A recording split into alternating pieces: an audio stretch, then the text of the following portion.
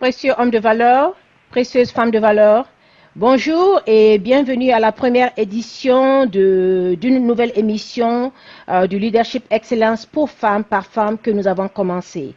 Cette édition, en fait, pour la session d'aujourd'hui, ça va s'adresser aux femmes africaines. Mais à la longue, vous verrez qu'au fur et à mesure des discussions des autres éditions, ça parle en fait en général de la femme. De la femme dans le sens où nous demandons et nous exigeons à nous-mêmes les femmes, et aujourd'hui à nous les femmes africaines, de nous libérer de nos chaînes. Il y a pas mal de choses qui se passent aujourd'hui sur les réseaux sociaux, dans la vie de tous les jours. Et nous-mêmes, ce que nous constatons dans nos familles et même dans nos relations avec nos amis, il y a beaucoup de choses qui se passent au niveau des femmes. Des choses qui, lorsque nous-mêmes qui sommes des femmes et nous nous asseyons seules à la maison, certains d'entre nous en arrivent à en pleurer. Certaines se posent des questions, où est-ce que nous allons à ce rythme-là? Et certains se demandent, est-ce que nous allons nous en sortir? Mais j'ai la ferme conviction qu'en toute chose, il faut d'abord pouvoir s'asseoir et analyser la situation. Non seulement analyser la situation, mais aussi accepter de se dire qu'il y a un problème et maintenant voir comment est-ce qu'on peut amener le dialogue et trouver un consensus. Parce que bien entendu, les opinions sont différentes et il y aura toujours des petits tiraillements. Et ceci, en fait, est aujourd'hui juste un petit avertissement parce que le talk show d'aujourd'hui, je ne vais pas vous le cacher, ce sera un talk show cru. Cru dans le sens où nous-mêmes, les femmes, nous allons nous dire des vérités. Où certains d'entre nous vont peut-être être légèrement blessés, mais je pense que c'est nécessaire. Nous avons aujourd'hui parmi nos panélistes une docteur Diakité, qui pourra bien attester. Lorsque un malade vient à l'hôpital avec un pu, avant de pouvoir soigner quoi que ce soit, en tant que docteur, je suis sûre qu'elle est obligée d'abord de percer la plaie pour faire sortir le pu. Et je pense que c'est cette opération chirurgicale que nous allons devoir faire ce matin. Entre nous-mêmes, pour vraiment arriver à soigner cette plaie, cette gangrène qui est vraiment en train de prendre de l'ampleur. Donc, sans plus tarder, bienvenue encore une fois de plus sur le plateau de Leadership Excellence pour femmes par femme. Ceux qui ne savent pas ce que c'est que le Leadership Excellence pour femmes par femme, je ne vais pas perdre trop de temps aujourd'hui. Vous pouvez aller regarder certaines de nos vidéos et vous en saurez encore plus. Pour ce matin, nous avons l'immense plaisir d'avoir 3 femmes leaders, 3 femmes d'impact, 3 femmes qui ont fait leurs preuves et 3 femmes qui sont en train vraiment de faire un travail énorme et dans leur communauté locale et dans la communauté internationale. Je vais d'abord commencer avec Dr Diakité, Aïcha, qui est juste en dessous de moi sur ma gauche. Dr Diakité Aïcha est détentrice d'un doctorat en médecine générale de la faculté de médecine de Bamako, obtenu en 2009. Elle a ensuite immigré aux États-Unis et a poursuivi ses études pour obtenir un master en Physician Associate de l'Université de Colorado à Denver.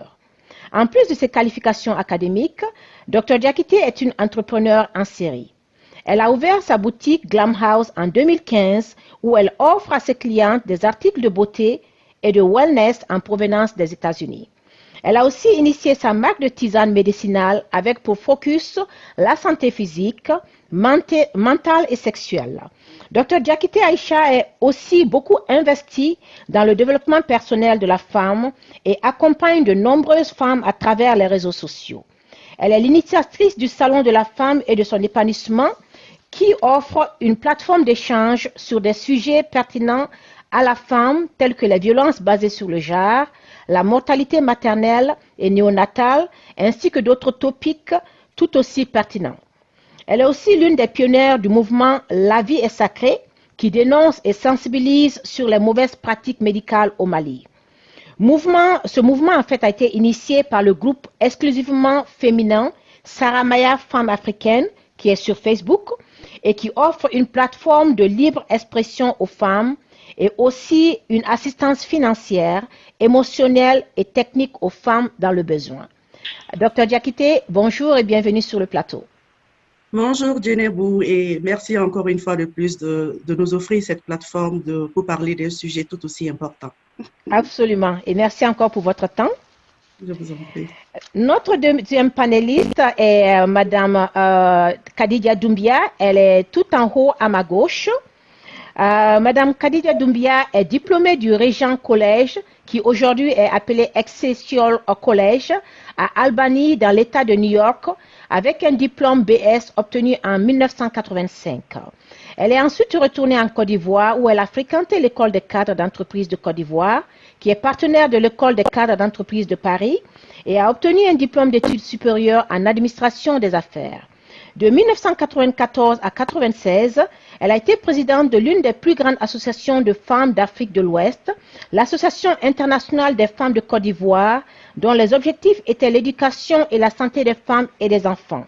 De 1997 à 1998, elle a été en charge de la commission communication de Téléfood, un programme des Nations Unies pour l'alimentation et l'agriculture visant à collecter des fonds pour des micro-projets en faveur des populations rurales dans le monde. En 2000, Mme Doumbia a été nommée chef de la commission de communication du réseau des femmes d'Amnesty International en Côte d'Ivoire et a également été en charge du programme Halte à la violence à l'égard des femmes. Mme Doumbia enseigne le français depuis plus de 20 ans et fait des recherches sur la méthodologie d'enseignement des langues étrangères. En mars 2009, elle a présenté un article sur langue standard, créole et langue vernaculaire à la conférence annuelle de l'American Comparative Literature Association à l'université Harvard à Cambridge. Madame Doumbia était membre de l'OFACI, une ONG ivoirienne, et était en charge de l'accréditation ECOSOC de l'OFACI contre les femmes à travers des enquêtes statistiques proposées par la Division des questions de genre et l'Institut latino-américain de planification économique et sociale de la Commission économique pour l'Amérique latine et les Caraïbes. Madame Doumbia est titulaire d'une certification nationale d'avocat des violations domestiques. Elle est agente de liaison pour les droits de l'homme du district de Columbia à Washington, D.C. Madame Doumbia a le français comme langue maternelle et possède une double nationalité française et ivoirienne. Elle vit actuellement à Washington, D.C. Madame Doumbia Khadija, bonjour et bienvenue sur le plateau de Leadership Excellence pour femmes par femme. Merci beaucoup, merci de nous recevoir aujourd'hui pour discuter d'un sujet très sensible. Absolument. Merci encore pour votre présence. Et enfin, notre troisième panéliste, et pas la dernière, c'est juste par ordre que je suis en train de lire, est prophétesse Dr Chantal Emmanuel. Elle est née à Abidjan, en Côte d'Ivoire. Et prophétesse Dr Chantal Emmanuel est la fondatrice du ministère Rafa World International Ministry. Ce ministère a pour l'instant 2 églises locales, une à Hearst, Texas, dont elle est le pasteur principal, et une autre à Abidjan, en Côte d'Ivoire. Dr Chantal est détentrice d'un C2, maîtrise en lettres modernes, d'un CAPES en lettres modernes, d'un bachelor en finance obtenu aux États-Unis, d'un master et d'un doctorat théologie ministère également obtenu aux États-Unis. Parallèlement au ministère, avec des années d'expérience dans l'enseignement en Côte d'Ivoire et aux États-Unis, avec une quinzaine d'années d'expérience dans le domaine de l'assurance et du retirement de la retraite industrielle aux États-Unis, Dr Chantal s'investit dans l'expansion du royaume de Christ. Dr Chantal exerce en tant que quelqu'un qui a été consacré dans le ministère prophétique et dans le ministère pastoral. Elle est également auteur-écrivain. Vous voyez bien, précieux hommes de valeur et précieuses femmes de valeur, que pour que nous puissions parler d'un tel sujet qui est très sensible, nous avons vraiment pris le temps d'aborder et de vous présenter des femmes qui ont fait la preuve. Et je suis sûre que ce matin, chacune de nous sera édifiée de par la discussion de ce matin. Sans plus tarder, je vais commencer par la thématique, pour ceux qui viennent de nous prendre, qui s'appelle victimisation, sexualisation, ignorance, buzz, réseaux sociaux. Femme africaine, libère-toi de tes chaînes. Je pense que pour tout d'entre nous, tous ceux d'entre nous qui sont connectés sur les réseaux sociaux et qui suivent les informations, il y a eu une vidéo il y a quelques semaines qui a vraiment défrayé les chroniques. C'était la vidéo d'une dame qui est, je pense, sierra-léonaise et le mari est camerounais. Ils sont tous les deux installés en France. Et pour ceux qui n'ont pas vu la vidéo, prenez le temps de regarder sur la page de Leadership Excellence pour femme par femme et vous comprendrez de quoi je parle. Et donc, je voudrais demander à chaud à nos panélistes de parler un peu de cette vidéo parce que je pense que, en tout cas, pour ma part, quand j'ai regardé la vidéo, j'ai constaté beaucoup de choses dont notre société souffre aujourd'hui. Et ces choses dont nous allons parler aujourd'hui sont des traits communs à beaucoup de femmes. Donc, je voudrais d'abord commencer par Dr. Diakité, par exemple. Au vu de la vidéo que vous avez visionnée, quelles sont vos impressions de ce que vous avez retenu de cela? Merci encore une fois, Djenebou, de me donner la parole. Et effectivement, j'ai eu à voir cette vidéo et plusieurs vidéos de cette même dame sur les réseaux sociaux. Et personnellement, pour moi, ce n'était qu'une vidéo de plus. Parce que, étant donné mes relations avec les femmes, cette relation je dirais, de mentor et de mentee, quand il en vient dans leur situation de vie, ceci n'était qu'un appel de plus pour moi, car j'ai remarqué depuis un certain temps que la femme africaine joue la carte de la victimisation. Et quand j'ai vu cette vidéo, au-delà de l'aspect compassion, bien sûr que j'ai ressenti envers cette femme parce qu'elle démontrait d'un vrai mal-être, mais je l'ai vu encore que l'action de cette victimisation en cours. Certaines personnes ont pensé que peut-être cette dame était en train de se libérer de ses chaînes, mais pour moi, ce n'était juste qu'une autre manière de jouer cette carte. Pourquoi? Parce qu'elle a été en fait obligée. Yeah. Elle a été en fait obligée de s'exposer sur les réseaux sociaux pour pouvoir attirer de l'attention vers elle. Je ne vais pas rentrer trop dans les détails parce que cela va faire partie des arguments que je vais essayer d'exposer ici pour expliquer ce concept de la victimisation. Bien heureux que vous ayez vu une autre vidéo où elle a pu avoir des personnes autour d'elle pour l'encadrer. Et cela, je dirais que cela, c'est une fait heureuse pour elle. Mais malheureusement, la majorité des personnes qui s'exposent sur les réseaux sociaux ne sont pas des personnes qui sont même encore prêtes à poser des actions pour pouvoir se sortir de ce cadre de victime-là. Et j'en étais peinée parce que nous sommes en train de faire un travail de fond pour amener les femmes à se libérer de leur chaîne. Et nous avons très souvent l'impression que les réseaux sociaux ne nous mènent pas la tâche facile. Donc, j'étais vraiment peinée, j'étais vraiment désolée. Et pour moi, c'était un pas en arrière dans tous les efforts que nous sommes en train de fournir dans l'arrière-plan afin que les femmes se sentent assez puissantes pour prendre leur destin en main. Merci beaucoup, Dr. Diakité. Et comme vous l'avez dit, nous allons revenir à vous tout à l'heure par rapport au sujet de la victimisation. À chaud, Dr. Chantal, quelles sont vos impressions de cette vidéo que vous avez regardée? Merci encore, prophétesse, de me donner la parole. C'est vraiment un honneur de pouvoir parler d'un sujet aussi brûlant, mais en même temps un sujet qui a l'air tabou. Parce que beaucoup de femmes sont dans la souffrance, beaucoup de femmes étouffent, beaucoup de femmes ont du mal à s'exprimer, beaucoup de femmes se sentent déjà victimes, mais en même temps, elles se demandent s'il y a une oreille attentive auprès de laquelle elles peuvent se tourner pour s'exprimer. Donc, je regarde cette vidéo qui m'est envoyée et je me dis, voici encore une femme victime, une femme qui souffre, et une femme qui n'a pas l'air d'avoir quelqu'un vers qui se tourner. Je dis l'air parce que je ne connais pas trop la situation de cette femme. Je ne sais pas si elle a quelqu'un vers qui aller, parce que pour moi, s'exposer ainsi sur les réseaux sociaux n'est pas du tout l'idéal. Merci beaucoup, Dr. Chantal. Madame Khadija Doumbia? Alors, moi, ce que je dirais, c'est que nous avons un problème de fond ici. Parce que même dans l'éducation même de la femme africaine, on lui apprend à être une victime. C'est ça la réalité, on lui apprend à être une victime. le mariage ne marche pas, qu'est-ce qu'on va entendre? Eh, ma chère, il faut supporter, ah, le mariage c'est comme ça, et la femme là est courageuse, alors qu'elle est dans une situation d'où il faut sortir coûte que coûte.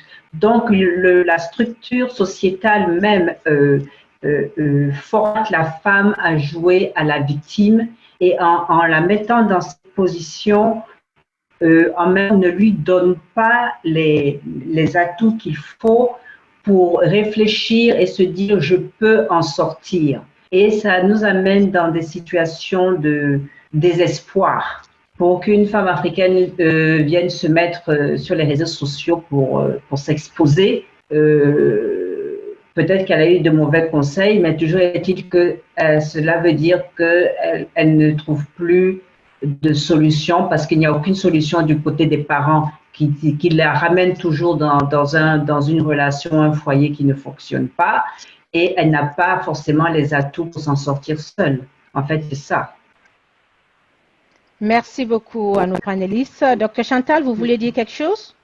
Oui, je voulais justement, dans le même sens, dire que la société telle qu'elle est instituée en Afrique est vraiment en train d'imposer à la femme une destruction et une autodestruction. Par exemple, c'est très aisé de demander à une femme, parce que l'âge avance, tu te maries quand? Comme si, par exemple, le mariage était une fin en soi. Ou bien, quand la dame est mariée, tu fais des enfants quand? Comme si avoir des enfants était une fin en soi. Mais en plus, voici une femme qui peut-être a des problèmes de conception, à qui on demande tu fais des enfants quand? On en rajoute donc à la douleur. Et une telle femme n'a personne vers qui se tourner. Et cet élément-là, je voudrais insister là-dessus. Tout à l'heure, je ne vais pas monopoliser la parole, mais tout à l'heure, je voudrais revenir sur le fait que la femme a besoin d'avoir une oreille attentive auprès peut-être des hommes, mais aussi auprès des femmes qui, comme je l'ai constaté, les femmes elles-mêmes sont les ennemies des femmes et c'est dommage. Yeah.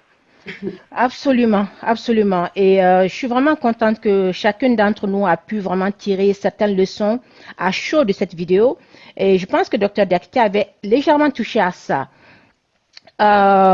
Pour qu'une femme africaine, en fait la femme même en général, hein, pour qu'elle vienne publiquement pour parler de sa vie privée, ça veut dire sincèrement qu'elle arrivait à un niveau où elle n'avait plus le choix, il n'y avait pas d'autre recours. Mais effectivement, est-ce les réseaux sociaux le dernier recours auquel il faut faire face? Parce que c'est une tendance qui est en train de commencer maintenant. On commence à constater ça maintenant, de plus en plus de femmes et sont en train de faire cela. Et ce qui, bien entendu, va faire un mauvais exemple pour nos filles. Pour nos filles, et je pense que Dr. Chantal a dit ça, comment est-ce qu'on peut arriver à instituer un cercle d'écoute, mais pas seulement d'écoute, mais un cercle de confidantes à qui ces femmes peuvent se tourner en sachant que oui, si je me tourne vers ce cercle de confidantes, je serai non seulement écoutée, mais aussi mon secret sera gardé. Parce que je pense que Dr. Chantal a parlé de ça. Ça, c'est un des grands problèmes de nous, les femmes aussi. Beaucoup d'entre nous ne savons pas garder le secret, ne savons pas garder la langue, ou même quand l'amitié ou la soi-disant amitié ne tient plus, les secrets sortent. Cela va nous amener à aborder justement le premier point d'aujourd'hui qui est la victimisation. Tout à l'heure, j'ai introduit Dr. Diakité et je la suis aussi et je vois vraiment le travail formidable qu'elle fait au niveau des femmes avec le groupe Saramaya où beaucoup de femmes s'ouvrent à elle en tant que docteur de son état pour parler de leurs problèmes physiques, santé, mais cela aussi a tendance des fois à dériver aussi sur le côté personnel. Et je vois beaucoup de ces vidéos où c'est comme si en fait elles se répétaient et que le problème se répétait. Et aujourd'hui, nous ne sommes vraiment pas en train de juger la sœur qui est venue sur les réseaux sociaux. Nous prenons simplement sa vidéo comme un cas d'étude en fait. Un cas qui peut nous éclairer, un cas qui peut aider une autre sœur qui est dans la même situation à voir qu'il y a peut-être d'autres voies qu'elle peut adopter plutôt que la voie des réseaux sociaux. Donc, encore une fois de plus, nous ne sommes pas là pour juger, mais nous sommes là, encore à titre de rappel, pour vraiment percer l'abcès et enlever le pu et commencer à la guérison. Voilà. Donc, Dr Diakité, parlons un peu de la victimisation au niveau des femmes africaines. Ok. Merci encore, Djenebou. Avant de parler même de victimisation, il faut d'abord qu'on définisse le concept de victime. Une victime, c'est une personne qui subit des injustices, soit de la part de quelqu'un, soit de la part d'un système. Donc, si nous regardons cette définition, vous et moi avons eu à tenir ce statut de victime-là au moins une fois dans notre vie. Mais la plupart des personnes arrivent à passer de ce cap de victime au cap d'acteur. Acteur qui pose des actions pour soit combattre l'injustice qu'elle a subie, ou soit adopter de nouveaux comportements, effectuer des changements dans sa vie, afin qu'elle ne soit plus victime de cette injustice dans le futur. Mais par contre, la personne qui a tendance à se victimiser, elle n'arrive jamais à passer le cap de victime au cap d'acteur. Vous allez voir qu'il y a des traits caractéristiques chez ces genres de personnes. Elles ont tendance à se lamenter, elles ont tendance à s'apitoyer et elles ont tendance à accuser les autres de leur situation actuelle. Vous allez voir que à chaque fois que vous essayez de créer un éveil de conscience, elle va toujours te dire « oui, mais ». Oui, mais. Donc, c'est une personne qui se limite elle-même dans sa faculté de prendre en charge sa propre vie, où elle te dira « oui, ce que tu as dit, c'est vrai, mais c'est à cause de tel, c'est à cause de tel, c'est à cause de tel ». Donc, ça, c'est un facteur qu'il faut beaucoup prendre en considération quand on essaye de parler de la victimisation en tant que telle.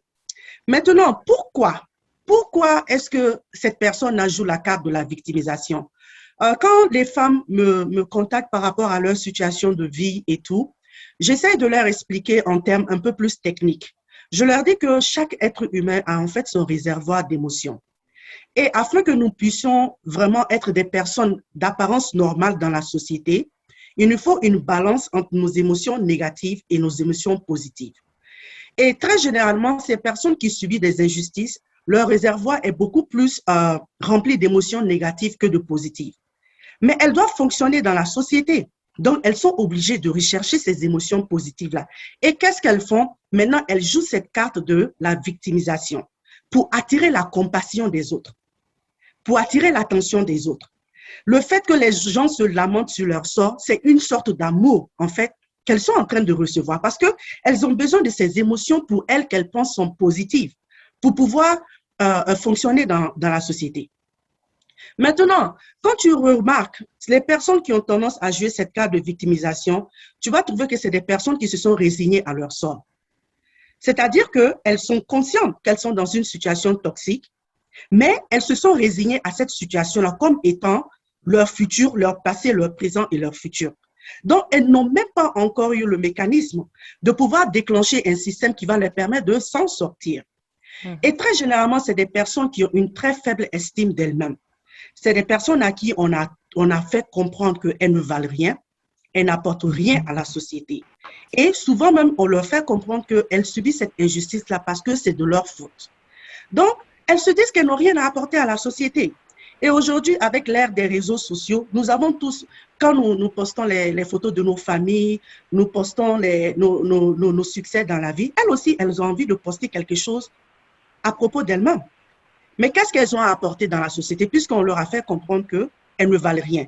Donc, elles vont utiliser leur histoire pour attirer l'attention vers elles. Et c'est comme ça qu'elles rentrent dans ce cercle vicieux de victimisation. De mon expérience, beaucoup de ces femmes, la première fois quand elles viennent vers toi, comme le prophète Dr Chantal l'a dit, elles sont à la recherche d'une oreille attentive.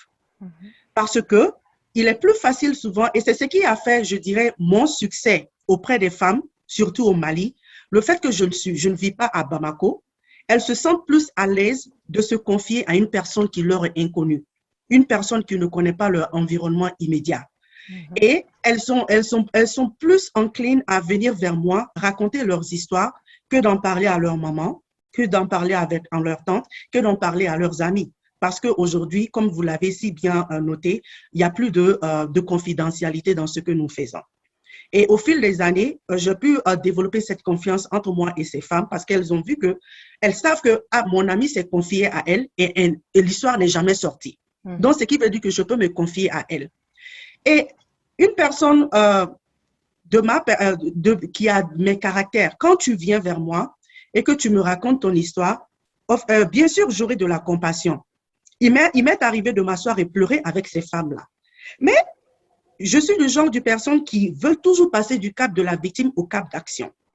Et la plupart du temps, quand vous finissez de pleurer et que tu offres l'oreille attentive et que tu essayes de dire à la dame, OK, on est arrivé à ce niveau-là, maintenant, qu'est-ce qu'on fait? Vous allez voir qu'elle a tendance à vous fuir. La personne va arrêter dès là la conversation parce que tu es en train de la pousser hors de sa zone de confort. Elle se plaît. En fait, quand je dis elle se plaît, ce n'est pas de façon courrielle ou rien, mais c'est cette situation toxique-là qu'elle connaît. Comme il y a un adage qui dit mieux vaut dealer avec le diable qu'on connaît que le diable qu'on ne connaît pas. Même si tu lui porterais le fait qu'il y a un avenir meilleur en sortant de cette situation toxique-là, elle va te sortir les raisons. Ah, mais moi, ce sont mes parents qui m'ont forcé dans cette relation. Si je sors, mes parents vont me renier, ou bien je n'ai pas de diplôme, ou bien je ne peux pas prendre soin de moi. C'est-à-dire qu'elles vont trouver tout un tas de raisons pour pouvoir rester dans ce cadre de victime. Et cela peut être frustrant et agaçant. Et c'est ainsi que vous voyez que les réseaux sociaux ont plus de succès aujourd'hui parce que vous allez voir que c'est la femme dans le quartier qui s'est liée d'amitié avec presque toutes les femmes. Elle s'est liée d'amitié avec Rosalie. Rosalie lui a prêté une oreille attentive. Rosalie maintenant est fatiguée de se lamenter sur son sort. Quand elle part vers Rosalie, Rosalie ne lui prête plus l'oreille attentive qu'elle veut. Rosalie veut qu'elle pose des actions. Donc, qu'est-ce qu'elle fait? Elle s'éloigne de Rosalie. Et elle part vers Catherine. Elle part vers Adja. Et au fil du temps, tu te rends compte qu'elle a fait le tour de toutes les femmes du quartier et les gens en ont marre. Parce que ça nous fait mal de te voir dans cette situation toxique. Et pour nous, on se dit que c'est tellement facile pour toi de poser cette action et de dire stop. Et c'est là que l'entourage est très important. Il faut qu'on comprenne que ce n'est pas du jour au lendemain que ces femmes-là peuvent comprendre qu'elles ont de la valeur. Ce n'est pas du jour au lendemain que ces femmes-là comprennent qu'elles ont le pouvoir de changer. Si nous prenons l'exemple de la dame qui est venue s'exposer sur Facebook pour expliquer son problème, il y a des gens qui pensaient qu'en fait c'était un SOS. Elle ne lançait pas un SOS. Cette dame, en fait, elle était devant le fait accompli. Elle était devant le fait accompli. Et quand tu regardes le déroulement des vidéos, tu te rends compte qu'à chaque vidéo, il y avait des révélations encore plus choquantes.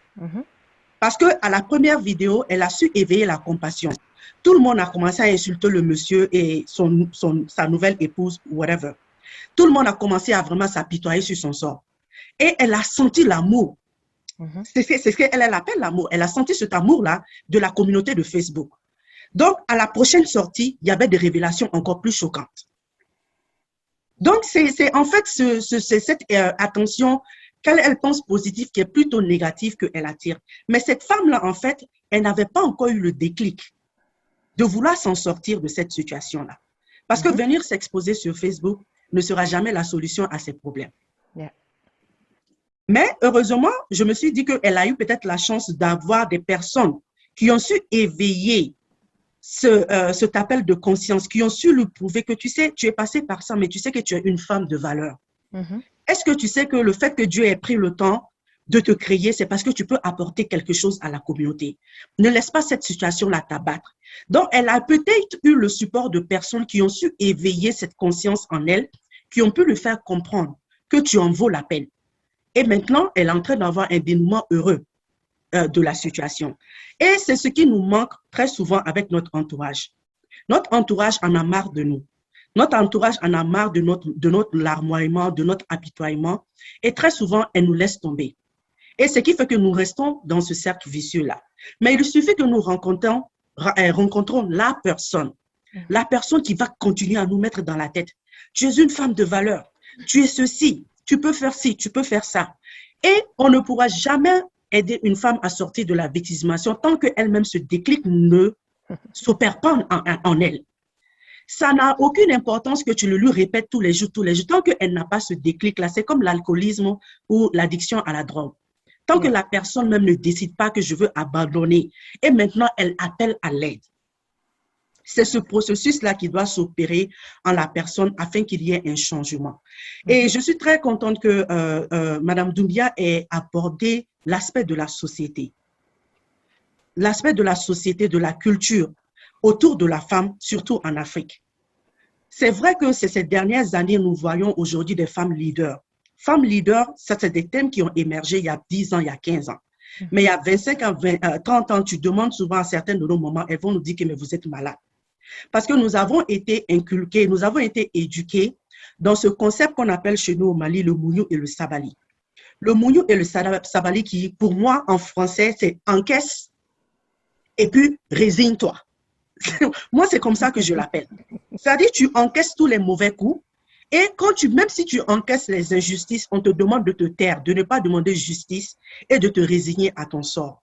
Et beaucoup de filles, même de notre génération à nous, avons été élevées dans ce contexte culturel.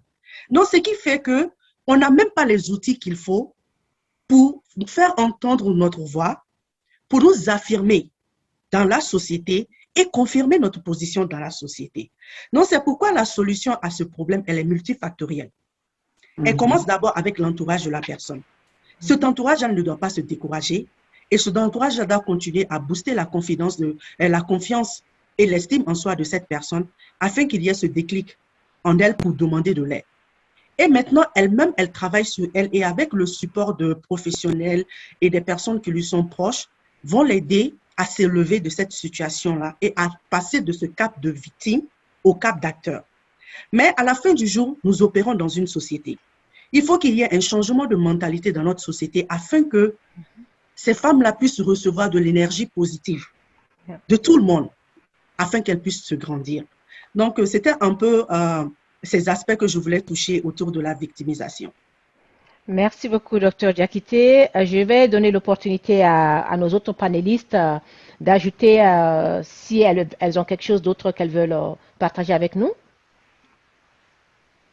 Alors, oui, ce que le docteur Diakité a dit est tout à fait exact. Le seul petit bémol, c'est qu'en Afrique, nous n'avons pas forcément des structures d'accueil ou pas suffisamment pour ces femmes. Elles ne savent pas non plus où trouver l'information. Et il y a la pression de la société. Même aux États-Unis, nous avons le même problème dans la communauté africaine où certaines femmes souffrent vraiment, mais elles ont peur de dénoncer la situation ou bien c'est parce que l'homme est le seul à travailler, elle a peur de l'avenir, ou il y a la pression de la société qui peut la rejeter en disant qu'elle est allée dénoncer son époux, par exemple. Donc, il y a tout un système qu'il va falloir repenser, que ce soit dans la diaspora, que ce soit dans le pays d'origine, pour permettre aux femmes de pouvoir sortir de certaines situations, parce que nous le savons déjà, les familles n'aident pas du tout, parce que le seul problème des familles, c'est qu'est-ce que les gens vont dire. Il faut supporter, comme disait Madame Diakité, il faut supporter, ta mère a supporté, ta grand-mère a supporté, le mariage c'est comme ça, et patati et patata. Donc nous avons un problème de société. Maintenant, nous savons un peu plus sur la douleur des femmes en général parce qu'il y a les réseaux sociaux, parce que les femmes parlent plus. Mais je ne pense pas personnellement que ce soit quelque chose de nouveau. Mais au moins maintenant, nous avons connaissance des différents scénarios de souffrance des femmes. Et surtout, nous ne voulons plus souffrir en silence. C'est ce que je voudrais ajouter. Merci beaucoup, Madame Doumbia. Docteur Chantal? Oui, tout à fait. Docteur Diakité et Madame Doumbia ont vraiment couvert des points exceptionnels. Je voudrais souligner un point du point de vue de l'Église. Je crois que je suis bien placée pour en parler parce que quand on parle de solutions, quand on parle de où aller, où se tourner, vers quelle structure se tourner, l'Église fait partie des structures vers lesquelles les femmes devraient pouvoir se tourner. Malheureusement, il se trouve que, et c'est dommage de le dire, mais je vais quand même le dire ouvertement, malheureusement, il se trouve que la culture africaine, c'est tellement inséré dans l'Église que l'Église elle-même contribue à l'étouffement de la femme. L'Église elle-même contribue à l'écrasement de la femme. Ce qui fait que quand une femme vient exposer son problème, au lieu de chercher à savoir tous les contours de la situation, on se tourne tout de suite vers la femme et on lui dit « rabaisse-toi ». Alors que je crois qu'il serait très important que l'homme de Dieu, la femme de Dieu examine tous les contours. Qu'est-ce qui se passe? Je ne crois pas qu'une femme prenne plaisir à raconter n'importe quoi et à chercher. C'est vrai, il y en a qui aiment s'apitoyer sur leur sort pour qu'on les regarde, mais je ne pense pas que ce soit le cas de la plupart des femmes qui viennent vers un homme de Dieu, vers une servante de Dieu. Je crois qu'une telle personne cherche une solution. Et la solution, elle a plusieurs facettes. Il faut donc chercher à savoir qu'est-ce qui crée le problème, quel est le fond du problème avant de chercher à apporter une solution. Et mon point vraiment, c'est que malheureusement, la culture africaine est tellement insérée dans les églises que moi, de par ma fonction, j'écoute beaucoup, j'entends beaucoup de jeunes filles, beaucoup de jeunes dames venir m'exposer leurs problèmes et je me rends compte qu'il y a un travail d'éducation qui doit être fait, pas seulement au niveau de la femme, parce qu'on ne se focalise que sur l'éducation de la femme, mais un travail d'éducation qui doit être fait autour de la femme. Djenebo, juste pour sauter sur ce que Dr Chantal a dit, ce n'est même pas seulement une question d'église, c'est une question de religion. Vous savez, que ce soit la religion chrétienne, que ce soit la religion musulmane, elles sont venues trouver qu'on avait déjà une culture africaine. Et au fil du temps, l'Afrique a eu du mal à pouvoir séparer la religion et la culture. Et finalement, nous-mêmes, nous les jeunes, souvent, on se demande, est-ce que ceci, c'est l'application de la religion ou c'est l'application de la culture? Donc, tout est entremêlé, en fait. Et moi, ce que je dis tout le temps aux gens, il n'y a pas de développement personnel sans spiritualité. C'est impossible. Que ce soit dans le domaine de l'entreprise, que ce soit dans le domaine du développement personnel, que ce soit le fait que tu te réfères à Dieu, que ce soit le fait que tu te réfères à Allah, que ce soit le fait que tu te réfères à Jéhovah, ou que tu ne crois même pas en un Dieu et que tu crois peut-être en un être supérieur, il n'y a pas de développement personnel sans spiritualité. Et ce n'est pas seulement au niveau de l'Église, même au niveau dans la religion musulmane, nous avons vu qu'il y a beaucoup de leaders religieux qui ont contribué à l'asservissement de la femme. Ils ont contribué à l'oppression de la femme. Et on a remarqué que ce qui a entraîné aussi le détournement de beaucoup de la religion. Alors que la réponse se trouve dans la spiritualité. La solution se trouve dans la spiritualité. Mais on a utilisé la spiritualité pour opprimer ces femmes-là, de telle sorte que la solution n'est jamais complète quand elles sont à la recherche d'une porte d'échappatoire de cette situation-là. Je voulais juste ajouter ce petit aspect à ce que vous aviez dit. Merci beaucoup, Dr Diakité. Dr Chantal, vous avez quelque chose à ajouter? Je voudrais juste ajouter aussi que, merci beaucoup, Dr Diakité, je voudrais juste ajouter aussi qu'il est important que la femme connaisse sa valeur intrinsèque. Donc, l'éducation qu'on donne à la femme, ce n'est pas seulement faire la cuisine, enfin, il faut savoir nettoyer, s'occuper des enfants et tout ça. L'éducation doit aller au-delà. Les paroles du genre « Oh, c'est une simple femme », ce genre de paroles-là doit cesser complètement. Parce qu'aux yeux de Dieu, il n'y a pas de simple femme. Le Seigneur a créé une femme avec des attributs, des atouts, des dons qu'il a placés en elle. Et la femme est à mesure, par exemple, il faut que les femmes qui écoutent sachent que quand on parle de trouver des solutions, et c'est vrai qu'on n'est pas encore dans les solutions, mais il faut que les femmes qui écoutent sachent que il faut que tu ailles à l'école, ma sœur. Il faut que tu aies une valeur intrinsèque. Va à l'école, apprends un métier, apprends à faire quelque chose. Ne compte pas sur quelqu'un pour t'acheter une pommade. Mais c'est dommage qu'en 2021, on soit encore en train de parler de ce genre de choses, mais malheureusement, ça continue d'exister. Nous sommes aux États-Unis où il y a des femmes, par exemple, qui ne peuvent pas prendre le téléphone pour appeler une compagnie, ne serait-ce que pour payer une facture. Quand mon mari va venir, il va payer la facture. Il y a des femmes à qui tu demandes leur numéro de sécurité sociale. Elles ne connaissent pas leur numéro de sociale. Ah, c'est mon mari qui l'a. Il faut qu'on arrête, mes sœurs. Il faut qu'on arrête. Je vais m'arrêter là pour l'instant. Merci beaucoup, mesdames. Sincèrement, la thématique est très vaste, hein. Nous ne pourrons pas tout couvrir aujourd'hui, mais je pense que c'est un débat que nous avons commencé. Et comme je l'ai dit, aujourd'hui, c'est la première édition. Il y aura d'autres éditions qui vont aller encore plus dans le détail.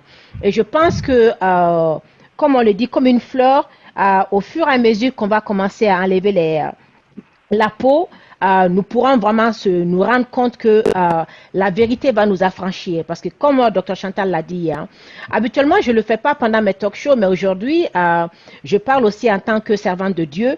La parole de Dieu nous l'enseigne. Hein, c'est la vérité qui t'affranchira. Quand tu ne connais pas la vérité, oui, tu vas rester dans l'obscurité. Mais une fois que tu es à la vérité devant toi, et je pense que Dr Diakité l'a dit, tu as le choix maintenant, soit maintenant d'affronter la vérité, et d'accepter d'avancer dans ce sens ou de renier cela et de continuer à rester en arrière. Donc, je pense que nous avons commencé un processus d'éducation, d'information et au fur et à mesure du temps, les solutions se mettront en place parce qu'il y aura un réveil de conscience. Madame Doumbia, beaucoup de femmes, quand nous sommes sur les réseaux sociaux, nous postons des photos. Moi-même, ça m'est arrivé plusieurs fois où je poste des photos et j'ai une sœur ou une amie à moi qui laisse comme compliment « sexy madame ». Sexy.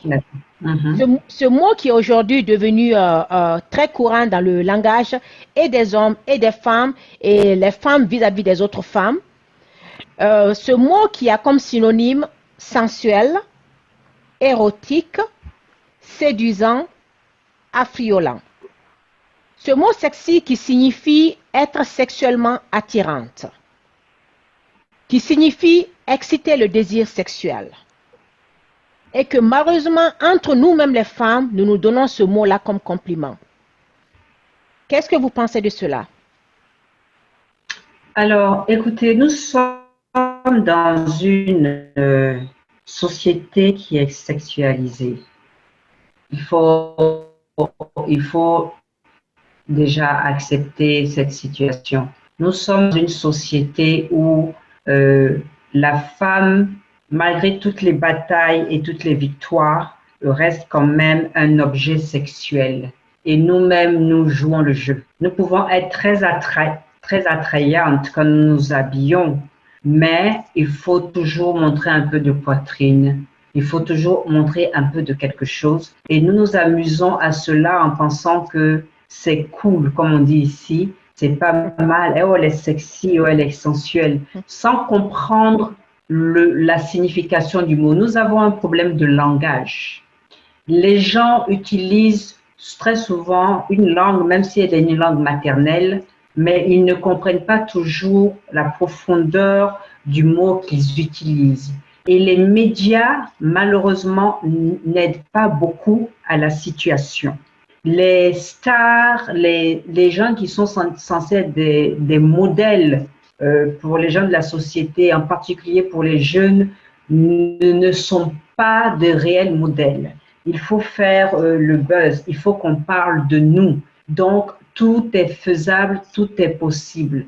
Au jour d'aujourd'hui, la femme doit revoir sa position parce que pendant que des gens comme moi, nous activistes, nous voulons défendre les droits des femmes, les femmes nous montrent qu'en fait, oh, c'est pas bien grave, elles ont l'air de nous faire croire qu'elles sont satisfaites de la situation dans laquelle elles sont. Et dès qu'il y a un petit problème, brusquement, elles se rappellent qu'elles ont des droits. Mais lorsqu'on a des droits, lorsqu'on prend en charge ces droits, on assume aussi les responsabilités qui vont avec. Malheureusement, ce n'est point le cas. Oui, nous sommes dans une société où on ne nous parle que de sexe. Oui, nous sommes dans une société où la femme est toujours un objet sexuel. Oui, nous sommes dans une société où le respect dû à la femme n'existe pas réellement. C'est juste une couverture. On signe plusieurs lois, la protection de la femme, les droits de la femme, mais sur le terrain, où est-ce que nous trouvons la réalité? Nous n'avons pas de réalité en fait. Et c'est ça le vrai problème. Merci beaucoup, Madame Doumbia. J'avais mentionné tout à l'heure que Dr Diakité a fait partie d'un réseau de femmes.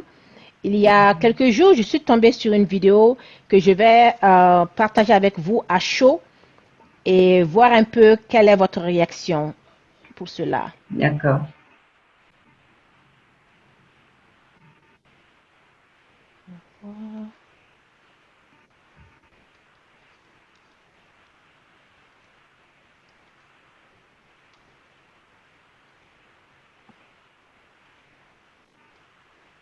Voilà, je vais essayer de l'agrandir.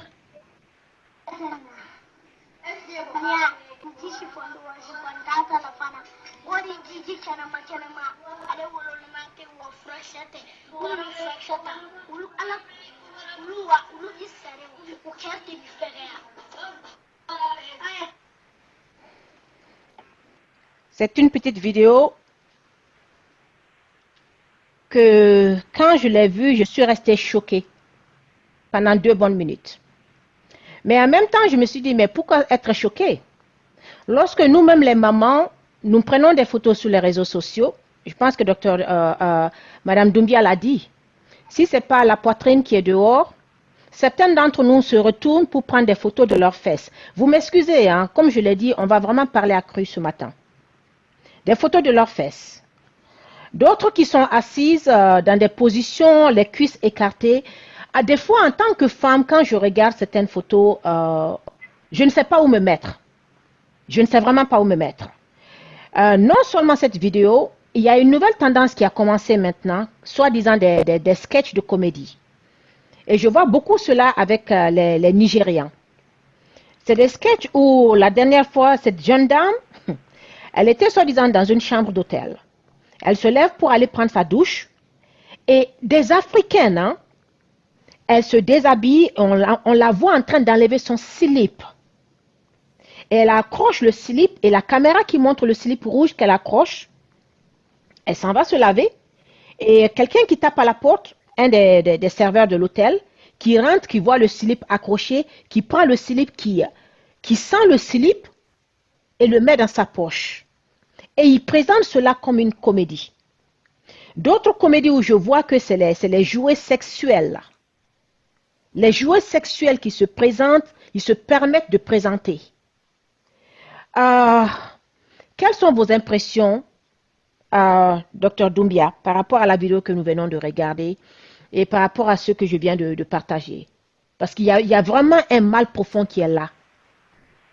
Nous sommes dans une société où le sexe est le roi, où le sexe est le maître, où nous indiquons à nos enfants que la société est basée juste sur le sexe, où nous avons une profusion comment on dit en français, de prospérité, et nous n'éduquons pas les jeunes à prendre du temps pour arriver où ils doivent arriver. Donc, tout le monde est pressé d'obtenir tout de suite. Donc, le sexe aide beaucoup, surtout pour les jeunes filles, à obtenir ce qu'elles veulent tout de suite. Lorsque nous avons des filles qui vivent dans des bas-fonds, mais qui ont le dernier iPhone, nous comprenons tout de suite qu'elles n'ont pas leur priorité en place. Comment est-ce qu'elles ont pu obtenir un iPhone qui coûte les yeux de la tête? Et elles n'ont pas forcément à manger tous les jours. Donc, elles se sont prostituées. Le sexe est devenu le moyen de pouvoir obtenir tout ce qu'on veut, et c'est devenu, entre guillemets, normal. Pourquoi normal? Parce que lorsque on relate des faits, et bon, on les présente comme si c'est quelque chose qui se fait et que ça va avec nos valeurs, ça ne va pas. La petite vidéo que vous avez présentée tout à l'heure de la petite qui tourne ses reins, bon, qu'elle fasse ça en famille, je veux bien, mais que la mère elle-même mette ça sur les réseaux sociaux, donc nous savons que nous avons un problème de société, un problème de valeur, parce que la mère n'a pas suffisamment d'intelligence, n'a pas suffisamment de réflexion pour se rendre compte que sa fille mineure n'a pas à être sur les réseaux sociaux, surtout quand elle est en train de danser de cette manière. Ce n'est pas amusant, c'est même dangereux pour l'enfant et c'est une violation des droits de l'enfant. C'est une réelle violation, c'est ce que les gens ne comprennent pas et ça m'amène à dire qu'en Afrique, on ne respecte pas les droits des enfants. Lorsqu'on lave les enfants dehors, vous avez des enfants qui cachent leur sexe parce qu'ils ont de la pudeur, on les lave dans la cour devant tout le monde, tout ça. Il y a un problème, nous avons un problème de société, je me répéterai toujours. Donc là, vraiment, je ne sais pas quoi dire parce qu'il va falloir réévaluer tout, il va falloir se revoir parce que les femmes elles-mêmes ne se respectent pas. Les femmes elles-mêmes ne cherchent pas à se respecter. Elles veulent avoir ce dont elles ont besoin, entre guillemets, et tout de suite, et elles n'ont pas de problème à donner leur corps. Le corps est devenu le moyen d'obtenir ce qu'on veut et elles trouvent ça tout à fait normal. Donc, quand on a ce genre de position en face, que faire?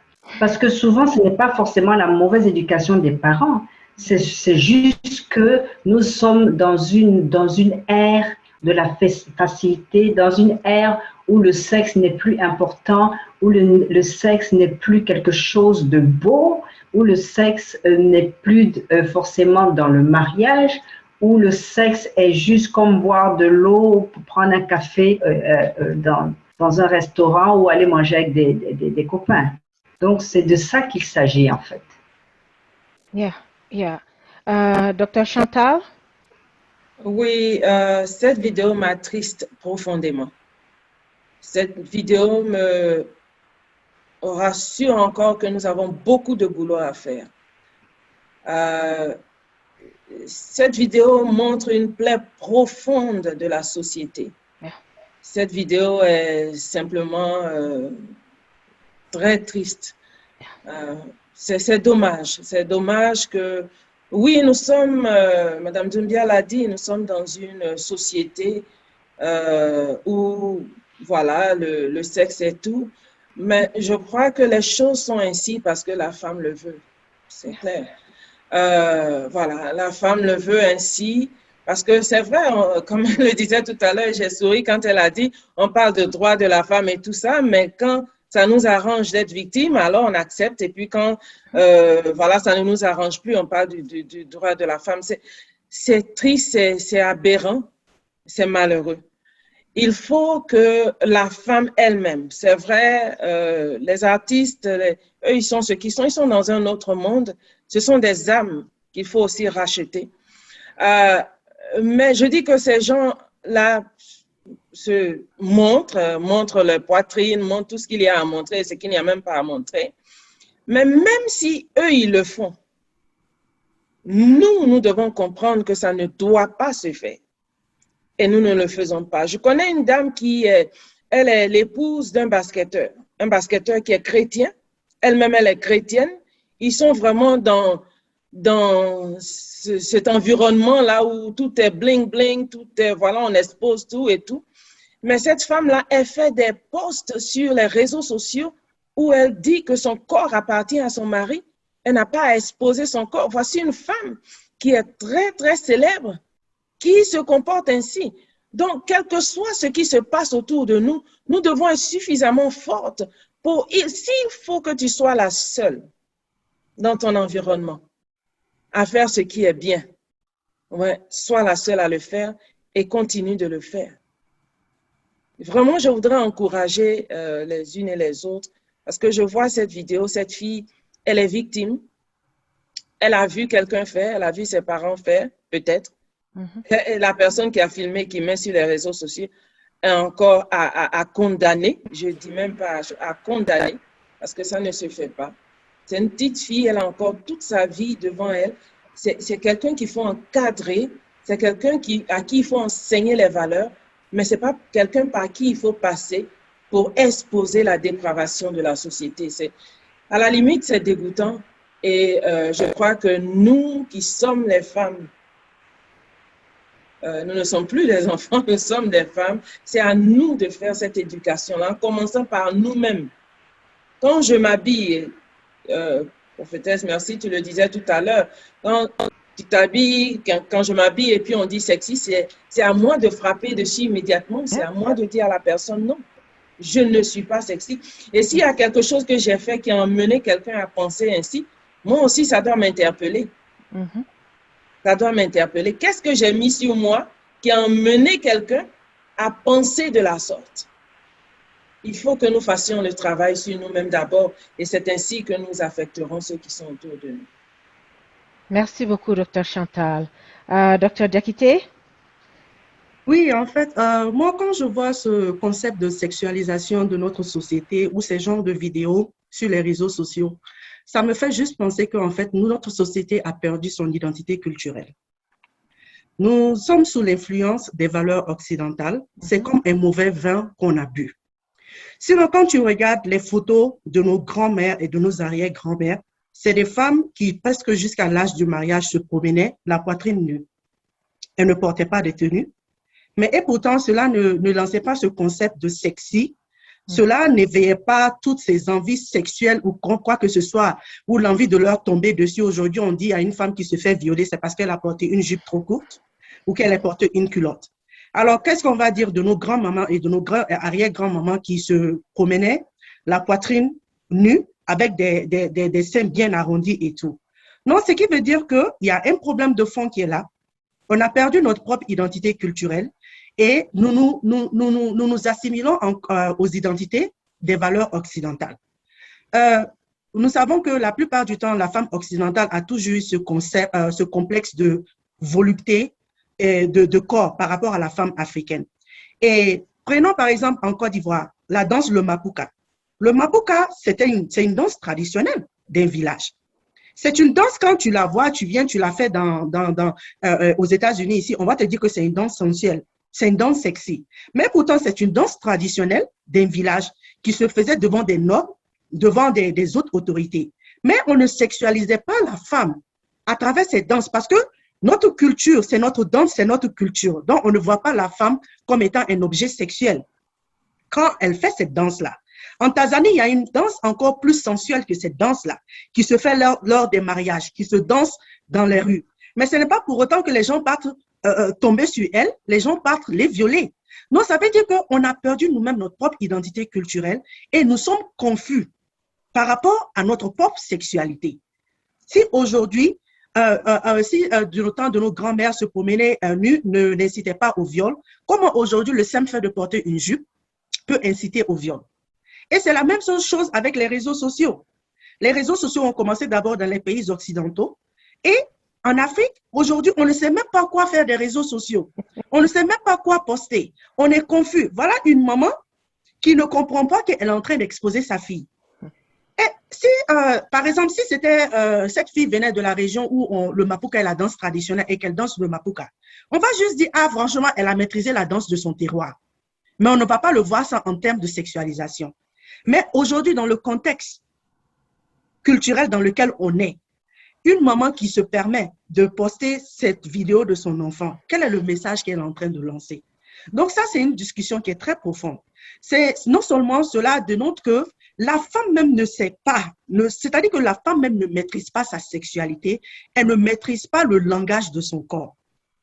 Et c'est cette confusion-là qui fait qu'aujourd'hui, tout ce que la femme fait, tu t'habilles, même si tu t'habilles, on trouve que tu es sexy, ou bien quel que soit ce que tu fais, on a l'impression que tu es en train de faire appel au sexe opposé. Donc tout ça, moi je pense qu'en fait, la racine de ce problème, c'est une histoire de perte de sa propre identité culturelle. Et quand tu perds ta propre identité culturelle, tu perds tous les autres sens. Merci beaucoup à nos panélistes. Pour ceux qui viennent de nous prendre en cours, aujourd'hui, nous sommes à la première édition de Femmes africaines, libère-toi de tes chaînes. Et nous sommes en train de discuter de la victimisation, de la sexualisation, l'ignorance et les buzz réseaux sociaux auxquels font face les femmes et en particulier la femme africaine. Parlons maintenant des buzz réseaux sociaux. Quelque chose qui est devenu comme un petit pain aujourd'hui. Une plateforme où beaucoup de femmes s'autoproclament coach. Commençons par cela. Aujourd'hui, nous avons sur le plateau des femmes qui n'ont pas à prouver leur niveau de compétence intellectuelle. Et je pense que toutes les quatre qui vivons ici aux États-Unis, nous pouvons attester, hein, avoir un diplôme ici, et même en Afrique, hein, un diplôme bien, où tu as vraiment travaillé pour cela. Ce n'est pas du jour au lendemain. Ça demande le temps d'étudier, ça demande de l'argent pour pouvoir payer ses cours. Et aujourd'hui, de voir sur les réseaux sociaux des femmes qui s'autoproclament des coachs. S'autoproclamer coach n'est pas un problème.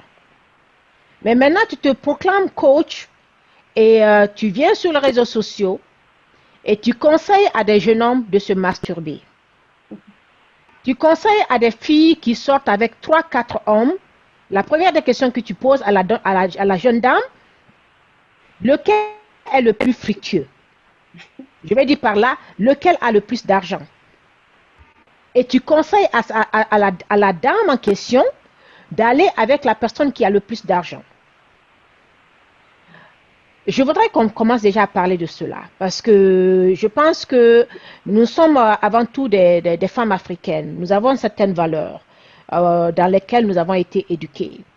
Et même côté religieux, je pense que ce soit les chrétiens ou les musulmans, la parole de Dieu est claire. Hein. Normalement, le sexe même en dehors du mariage est tabou, est un péché. Et que Dieu nous aide. Beaucoup d'entre nous n'avons pas pu respecter cela. Mais Dieu et le Seigneur étant qui il a toujours sa miséricorde sur nous.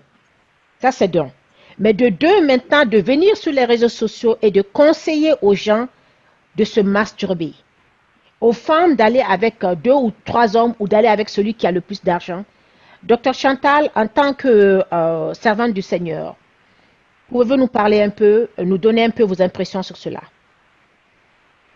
Merci. Je disais tout à l'heure qu'à regarder toutes ces choses, ça nous conforte dans le fait que nous avons beaucoup à faire. Il y a encore du boulot, il y a beaucoup d'âmes à gagner. Il y a beaucoup de travail à faire à ce niveau-là. Des gens qui s'autoproclament coach pour contribuer à la dépravation de la société, parce que c'est cela exactement, c'est vraiment dommage. Quand on dit à quelqu'un, quand on fait la promotion du péché, c'est vraiment dommage. Et ça va contre Dieu. Ça va contre notre Seigneur. Et donc, c'est important déjà que celles qui se disent chrétiennes, ok, qui se disent, bon, je suis chrétienne, je vais à l'église, je suis le Seigneur et tout, ce genre de personnes-là ne peuvent pas se dire en même temps, bon, je vais écouter tel coach qui encourage la masturbation, qui encourage ceci, cela, et puis dire amen à ça, partager ce genre d'émissions ou de shows ou de je ne sais quoi, partager cela, et puis en même temps venir en dessous d'un message et dire amen. Vous savez, la vie, elle est spirituelle avant tout. Elle est spirituelle avant tout. On ne peut pas s'exposer à toutes sortes d'esprits et puis en même temps venir dire des Alléluia, Amen, et puis demander des prières, alors qu'on sait très bien ce à quoi on s'est exposé. Je voudrais donc encourager celles qui écoutent ce genre de choses-là, parce que il y a des gens qui s'autoproclament coach, sachant très bien ce qu'elles sont venues faire.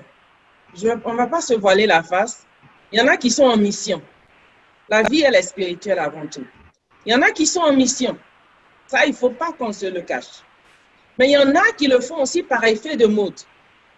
Parce que bon, c'est ça qui marche maintenant. Quand on en parle, on a beaucoup de vues. Alors, on va se spécialiser dans ce domaine-là, étant donc un instrument de déstabilisation de la société. Je dirais aux sœurs de ne pas encourager ce genre de choses-là, de ne pas s'exposer à ce genre de choses. Et puis, en nous-mêmes, il y a déjà une conscience que Dieu même a mise en nous. Il nous a créés avec cette conscience-là. Donc, déjà, même avant d'être exposé à la parole de Dieu, on a cette conscience-là qui nous emmène à savoir que, bon, cette chose n'est pas bonne, telle autre chose est bonne. Alors, en plus de cela, quand on ajoute la croyance en le Seigneur, et moi je suis chrétienne, je vais donc parler de la chrétienté de Jésus-Christ. Ce qu'il dit, il n'est pas pour ce genre de choses-là. Il n'est pas pour la masturbation. Ce genre de choses-là, c'est un péché. Encourager une jeune fille à sortir avec 2, 3 garçons, rien que pour de l'argent, la prostitution, c'est un péché. Et donc, toi qui sais que c'est un péché, qui va là, parce qu'on ne te voit pas, tu es derrière ton ordinateur, tu regardes, et puis tu es content, tu distribues cela, tu shares, comme on le dit, et puis après, tu viens t'agenouiller, là, jouer la pieuse, je suis désolée. Il faut que nous fassions la part des choses. Il faut que nous fassions la part des choses parce que nous ne sommes pas supposés contribuer à la dépravation de la société. Et quand tu cherches ce genre de poste-là, tu es un instrument de déstabilisation de la société. Quand tu cherches ce genre de poste-là, tu es un instrument de dépravation. On ne peut pas se le cacher. Voilà, donc pour l'instant, c'est ce que je voudrais dire. En anglais, quand on dit buzz, le mot buzz, c'est un mot anglais. Il signifie bruit. C'est du bruit qui se passe. Et quand on remarque le genre de buzz qu'on voit sur les réseaux sociaux, il y a beaucoup de bruit. Nous sommes supposés, la parole de Dieu nous le dit, nous sommes supposés racheter le temps car les jours sont mauvais. Rachetons le temps. Ne gaspillons pas notre temps dans le bruit. Si quelqu'un a utilisé les réseaux sociaux pour quelque chose de bon, si c'est vraiment un véritable SOS, on agit. Mais sinon, si c'est juste du bruit, si c'est du buzz, avançons et ne contribuons pas à la dépravation de la société. Merci beaucoup, Dr. Chantal. Juste un instant.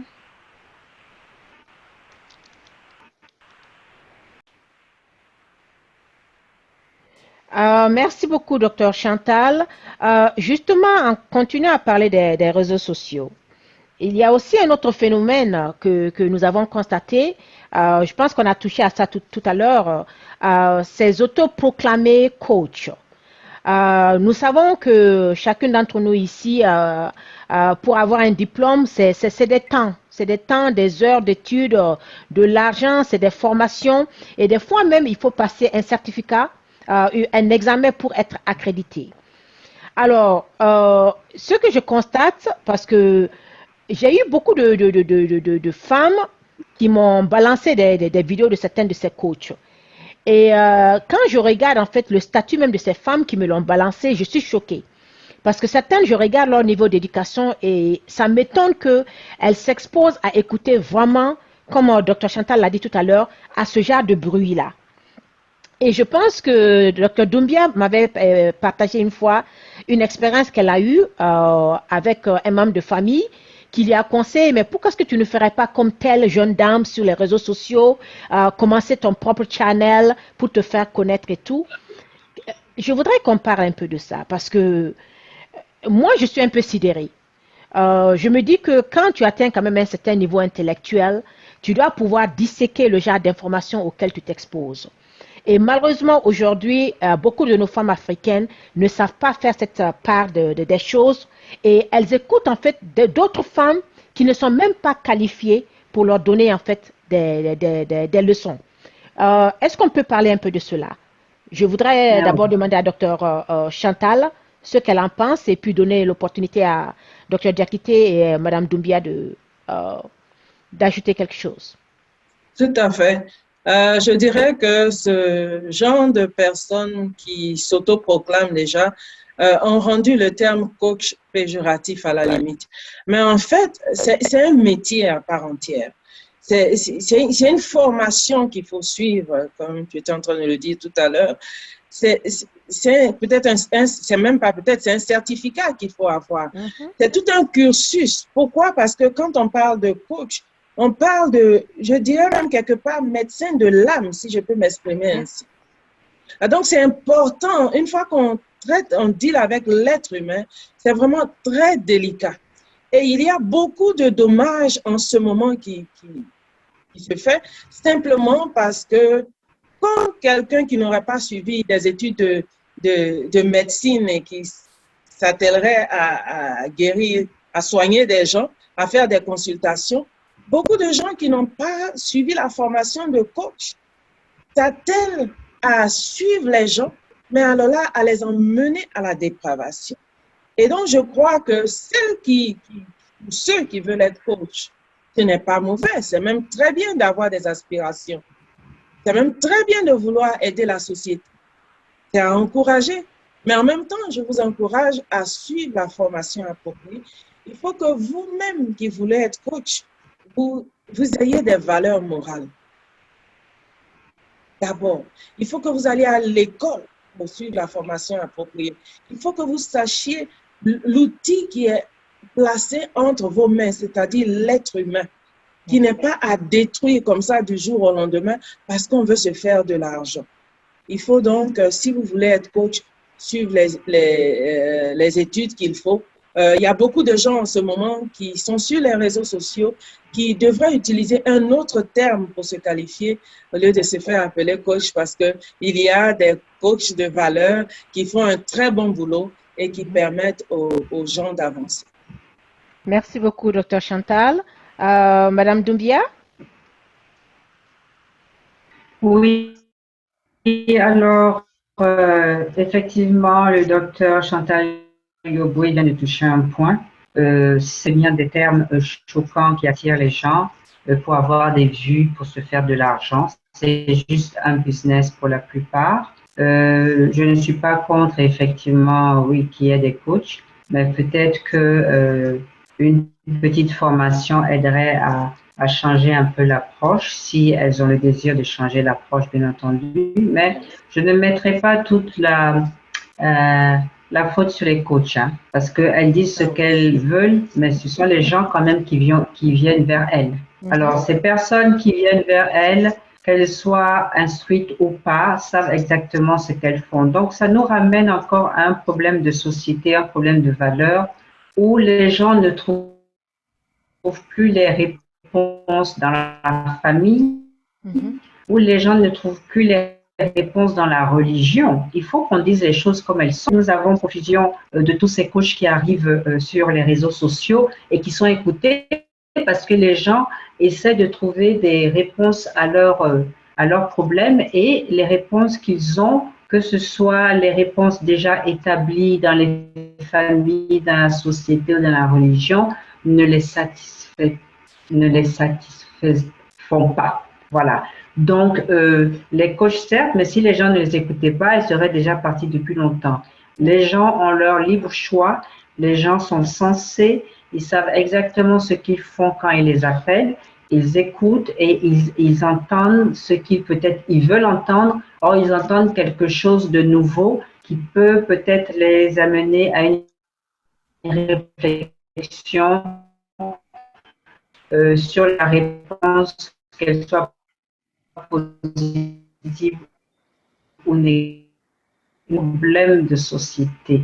Nous avons, je me répète, un problème où l'argent et le sexe dominent. Ce n'est peut-être pas nouveau, mais c'est devenu la réalité, la vraie donne de la société. C'est devenu ce qui gère la société aujourd'hui. Et donc là, vraiment, nous avons un sérieux problème parce que maintenant, même les plus jeunes, 15-16 ans, c'est ce qu'ils comprennent. Donc, lorsque les parents ne sont pas suffisamment vigilants, ils vont perdre leurs enfants. Lorsque les parents ont très peu de moyens, ils perdent leurs enfants. Il faut dire les choses, ils perdent parce que l'enfant ne peut pas regarder ses copains, et même s'il comprend la situation de ses parents, il va essayer d'obtenir autrement, que ce soit le garçon comme la fille. Donc, que faire devant cette situation? Encourager ces coachs qui sont là à prendre des cours, les guider à prendre les cours, comment les approcher pour leur dire je ne sais pas, mais ça les aiderait parce qu'on peut taper sur elles, mais toujours est-il que ça ne changera rien, les gens continueront à les appeler. Donc peut-être leur conseiller de prendre quand même des cours, de contrôler un peu plus leur langage, mais certaines gagnent leur argent parce qu'elles ont un langage cru. C'est ce que les gens veulent. Les gens sont à la recherche d'une certaine vérité, laquelle je ne sais pas, mais ils ne sont pas satisfaits de ce qu'ils ont apporté demain, aujourd'hui. Voilà, c'est ce que je dirais. Merci beaucoup, Madame Doumbia. Docteur Diakité? Oui, Djenebou, je me retrouve tellement dans ce topic-là, parce que je vois, il y a beaucoup de femmes qui essayent de m'attribuer le titre de coach. Et le titre que je refuse catégoriquement, parce que je leur dis que non, je ne suis pas un coach. Même très souvent, quand les gens me parlent de mentor et tout, je leur dis que non, moi, je ne suis pas un mentor, je suis seulement une oreille attentive.